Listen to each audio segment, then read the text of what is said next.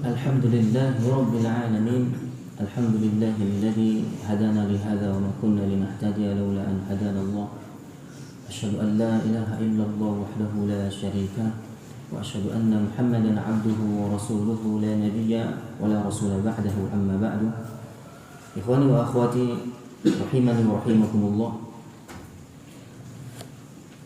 Seseorang itu sudah dikatakan bahwa dia sudah melaksanakan atau menunaikan pelaksanaan sholat 5 waktu yang benar adalah apabila sholat 5 waktu itu sendiri berefek membawa kepada kebaikan untuk kebaikan-kebaikan yang lain setelah sholat. Dan seseorang juga dikatakan bahwa orang itu sudah benar dalam melaksanakan perintah sholat apabila juga setelah dia melaksanakan sholat tersebut, sholat itu dapat membuat terhindarnya ia dari melakukan sesuatu keburukan. Itulah buah dari pelaksanaan dari sholat 5 waktu. Nah, kalau kita dapati diri kita ataupun kita lihat dari diri seseorang yang dia mungkin adalah orang yang sudah sangat menjaga pelaksanaan sholat 5 waktu, bahkan berjamaah bersama kaum muslimin di masjid lagi.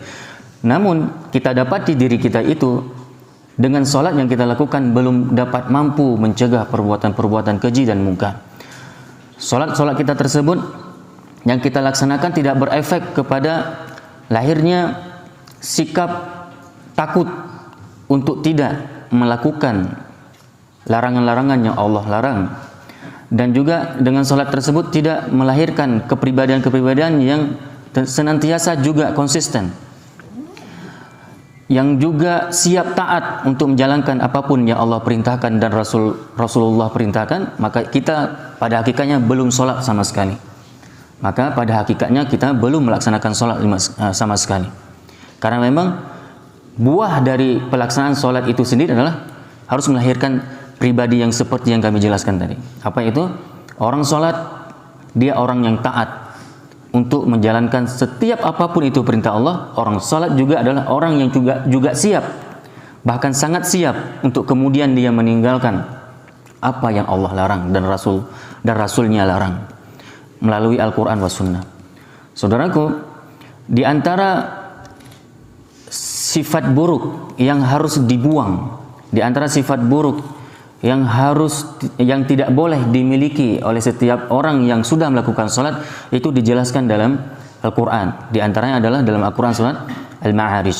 Sama-sama saudaraku, di kesempatan kali ini coba kita simak, kita perhatikan, dan kemudian kita ambil pelajaran dari beberapa ayat yang akan kami coba sampaikan dari surat Al-Ma'arij.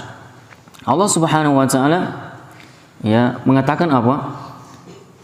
Dan menyifati neraka itu bagaimana. Dan pastinya kalau kita buka lembaran-lembaran Al-Quran, kita akan dapati sangatlah banyak Allah menyifati bagaimana itu neraka. Begitu juga nanti dengan surga. Nah, di antara yang Allah sifati tentang neraka itu adalah neraka itu ternyata memiliki api yang sangat bergejolak. Allah berfirman, "Kalla innaha ladha." Kalla innaha ladha. Sesungguhnya neraka itu sekali-kali tidak memiliki api yang bergejolak. Tidak hanya berarti api kecil. Karena api bergejolak itu identik dengan api besar. Dan yang menerkam dia, melahap, itu arti gejolak. Itu diantara sifat dari neraka, yaitu memiliki api yang bergejolak. Nazza'atan lisyawa, yang mana api ini akan mengelupaskan kulit kepala. Api ini akan mengupaskan kulit kepala. Di sini kenapa disebutkan nggak kulit badan, kulit tangan, kulit kaki, kepala, gitu kan? Karena kalau sudah terkelupas kulit kepala, itu berarti posisi organ tubuh ataupun posisi di mana manusia kalau dia terkelupas sedikit dari bahagian kulit, yang paling terasa sakit yaitu di bahagian kepala. Dan kalau sudah kepala, itu membuat yang lain-lain jadi nggak enak. Dan kenapa di sini disebutkan kepala? Ada hubungannya nanti dengan asbabun nuzul ayat ini, ataupun dengan apa yang menjadi penyebab Allah turunkan surah Al-Ma'arij ini? Singkat cerita, kalau kita buka lembaran-lembaran kitab yang berhubungan dengan kitab Asbabun Nuzul, ternyata surat ini adalah surat yang menjelaskan ancaman kepada mereka yang menolak kebenaran yang disampaikan oleh baginda Rasulullah SAW dengan menangkis-nangkisnya, ya, dengan ya menolak kebenaran tersebut yang didatangkan oleh Rasulullah dengan akal-akal mereka. Mereka tidak yakin, pikiran mereka tidak sanggup menjangkau kehidupan akhirat. Orang kafir itu tidak sanggup menjangkau kehidupan setelah kematian, sehingga mereka tidak meyakini adanya alam kubur. Mereka tidak meyakini akan adanya siksa dan nikmat setelah hari kematian. Kepala mereka itu adalah kepala yang suka menangkis dengan pikiran-pikiran mereka apa yang disampaikan oleh Nabi Muhammad tentang alam akhirat. Maka wajar sekali nanti kepala ini yang akan dibakar oleh Allah, yang akan mengelupas nanti kulit kepala mereka dengan api neraka itu sendiri. Ini sangat ada korelasinya dengan asbabun nuzul, dengan kandungan ayat ini di ayat-ayat sebelumnya. Maka pikiran atau otak manusia yang kemudian dia adalah memiliki otak yang suka menentang kebenaran, dengan pikirannya, dengan logika-logikanya, pasti dengan logika sempitnya, maka otak inilah yang nanti akan dibakar oleh Allah. Maka siap-siap siapa saja dia yang mengandalkan akal otaknya, dengan otak yang Allah berikan itu, padahal Allah juga yang berikan otak, Allah juga yang memberikan dia akal, namun akal ini tidak dipergunakan untuk menganalisa, untuk memahami kebenaran. Bahkan akal ini berusaha untuk melahirkan opini-opini, untuk melahirkan ide-ide, untuk melahirkan pikiran-pikiran jahat, pikiran-pikiran yang malah menentang dari kebenaran itu sendiri. Maka wajar nanti Allah akan mengatakan, Allah telah mengatakan wajar sangat kepada orang yang seperti ini kulit kepalanya yang akan diproses oleh Allah.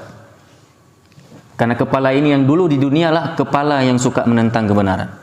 Maka Allah katakan di antara siksaan penduduk neraka nanti adalah dengan api yang bergejolak tadi, yaitu akan membakar kulit kepala orang-orang yang dengan kepalanya dulu waktu di dunia suka berpikir tentang keburukan terhadap Islam, berpikir ya pikiran-pikiran buruk terhadap Islam dan kaum muslimin. Nah, nazza'atan lisyawa tad'u man adbara wa tawalla. Ya, di sini disebutkan juga apa?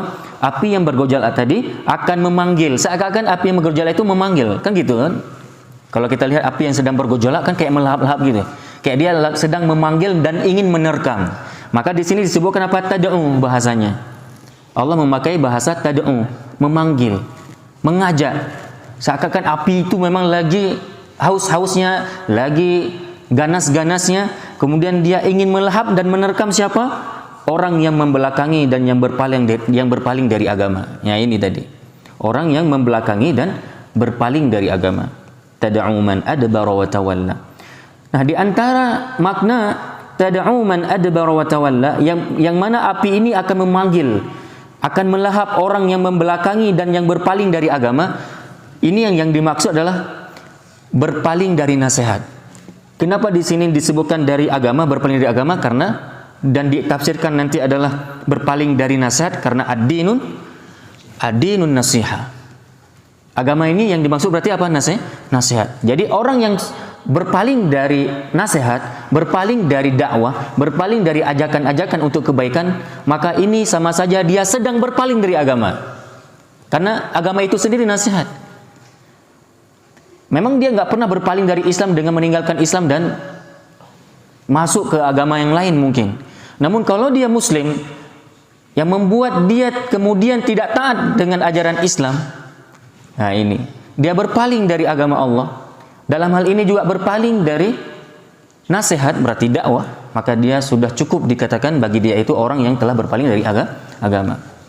Kami ulangi karena Rasulullah menyebutkan dalam hadis yang sahih, ad-dinun nasiha. Kemudian yang dimaksud juga orang yang berpaling dari agama di sini adalah yang membelakangi dan yang berpaling dari agama, yaitu berpaling dari sholat 5 waktu. Sholat 5 waktu. Karena orang yang sudah berpaling dari sholat maka tidak lagi dianggap Muslim. Berpaling dari sholat, membelakangi sholat, meninggalkannya maksudnya apa? Sama saja dia telah juga meninggalkan agama. Karena apa? Karena sholat merupakan tiang dari agama itu sendiri. Jadi ada beberapa makna, diantaranya tadi adalah berpaling dari agama, berpaling dari nasihat. Kemudian berpaling dari agama, berpaling dari sholat. Nah, tad'u man adbara wa tawalla, yang memanggil orang yang membelakangi dan orang-orang yang berpaling dari agama, wa jama'a fa'aw'a, dan orang-orang yang mengumpulkan harta benda lalu menyimpannya. Nah, orang yang akan dilahap oleh api ladha tadi, api yang bergejolak tadi, adalah mereka juga orang-orang yang semenjak di dunia ataupun ketika di dunia dia orang yang suka ngumpul-ngumpulkan harta namun dia simpan. Makna mengumpulkan harta dan dia menyimpannya adalah bukan nggak boleh kemudian kita memanage uang kita dengan menghemat, bukan, menabung, bukan itu maksudnya. Maksud dari ayat ini adalah dia pelit, dia kumpulkan, kemudian dia tidak gunakan itu di jalan Allah. Itu maksud dari ayat ini. Nah, innal insana khuliqa halu'a. Sesungguhnya manusia itu secara sifat bawaan memiliki sifat keluh kesah. Suka mengeluh ini manusia. Serba salah. Padahal dia sudah hidup dalam banyak sekali nikmat yang Allah berikan, namun tetap juga hidup dalam keluh kesah. Ini sifat manusia memang secara bawaan. Sungguh manusia itu diciptakan bersifat suka mengeluh. Idza massahu syarru jazua, dan apabila dia ditimpa kesusahan dia berkeluh kesah. Wa idza massahul khairu manu'a, dan apabila mendapatkan kebaikan dari harta dia menjadi kikir. Ya, ini ketika kaya kikir, ketika miskin banyak ngeluh, ketika dikasih kesempitan banyak kali merepetnya, ketika dikasih kekayaan malah dia tidak puas dengan kekayaan itu. Kemudian dia sombong dan tidak mau berbagi. Ini sifat manusia. Nah, kemudian di ayat selanjutnya, ya ini penting kami dan kita simak. Allah mengatakan apa? Kecuali orang salat, illal musallin. Kecuali orang salat. Nah, disinilah yang nanti kita bisa ambil hikmah apa? Ketika Allah menjadikan istitsna di sini, pengecualian, bahwa berarti ada manusia yang nanti tidak lagi memiliki sifat keluh kesah dia dengan manusia. Dia tidak lagi memiliki sifat cengeng dalam urusan-urusan duniawi ataupun ujian-ujian duniawi. Kemudian yang nanti dia memiliki kepribadian yang dermawan, tidak lagi kikir. Kapan itu? Apabila dia sudah sholatnya ini. Maka disinilah nanti kita ambil hikmah apa? Seperti yang kami sampaikan dalam mukadimah tadi, ada beberapa sifat negatif yang tidak boleh dimiliki ya oleh mereka yang sudah melakukan sholat. Di antaranya adalah orang sholat tidak lagi boleh banyak berkeluh kesah dalam urusan duniawi. Kemudian apa? Orang yang sholat tidak lagi pelit. Itu baru dia sudah melakukan sholat. Kenapa demikian? Karena orang sholat dia sudah banyak berkeluh kesah di hadapan Allah. Siang, malam, pagi dia berkeluh kesah di hadapan Allah.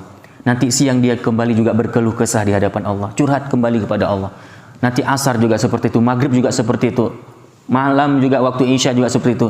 Mungkin dia juga ingin berkeluh kesah di kesunyian malam, di tahajudnya juga. Maka orang yang sudah sholat nggak mungkin cengeng ketika menghadapi cobaan apapun dari urusan dunia.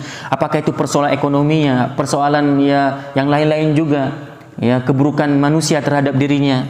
Dan mungkin dia juga diuji dengan sakit, diuji dengan persoalan-persoalan yang lain juga, dia tidak akan cengeng. Dia tetap tegar dan kokoh. Kenapa? Jiwanya sudah kokoh karena sering berhubungan dengan yang maha kuat, yaitu Allah Subhanahu wa ta'ala. Maka di sini dikecualikan oleh Allah. Orang sholat nggak boleh lagi, seakan-akan ada bahasa tersirat seperti itu. Nggak mungkin lagi dia banyak berkeluh kesah. Dan orang sholat tidak boleh lagi memiliki pribadi yang pelit, harus dermawan. Maka orang sholat adalah orang yang sudah bagus hubungannya dengan Allah, vertikalnya berarti kuat.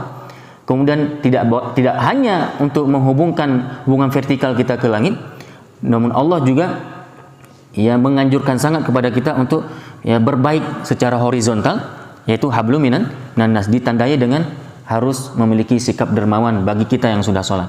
Maka kalau nanti kita dapati diri kita yang sudah sholat 5 waktu, ataupun siapa saja saudara kita yang dia sangat menjaga pelaksanaan sholat 5 waktu, ya, namun secara kepribadian Dia malah sangat banyak berkeluh kesah, kemanapun pergi jumpain orang mengeluh aja bawaannya. Kayak dia orang yang paling sengsara hidupnya. Kalau kita dengar omongan dia itu kayak dia orang yang paling banyak masalahnya dalam hidup itu. Dan dialah orang yang paling berat seakan-akan hidupnya itu. Banyak kali berkeluh kesah. Tanpa tempat yang ia datangi, tanpa orang yang dia jumpai kecuali bahasa keluh kesah yang dia sampaikan. Kemudian kalau kita dapati seseorang, dia adalah orang yang sholat 5 waktu, kemudian dia pelit, maka dia hakikatnya belum sholat. Karena Allah mengecualikan itu sifat kepada orang sholat. Illal musallin alladzina hum ala sholatihim daimun. Mereka adalah orang yang tetap setia melaksanakan sholatnya. Maka orang yang tetap setia melaksanakan sholatnya adalah orang yang tidak boleh lagi memiliki sifat dan sikap berkeluh kesah berlebihan dan juga tidak boleh lagi memiliki sifat pelit. Wallahu a'lam bishawab. Inilah diantara hal-hal yang negatif yang harus dihindari bagi kita yang sudah sholat. Baru nanti kemudian kita dikatakan al-musallun. Betul-betul kita adalah al-musallun, orang-orang yang sudah menegakkan sholat. Wallahu a'lam bishawab. Ini yang dapat kita sampaikan dalam kajian yang singkat ini. Mudah-mudahan ada manfaatnya. Kita padai dengan doa kafaratul majlis. Subhanakallahumma wa bihamdika asyhadu an la ilaha illa anta astaghfiruka wa atubu ilaik. Wassalamualaikum warahmatullahi wabarakatuh.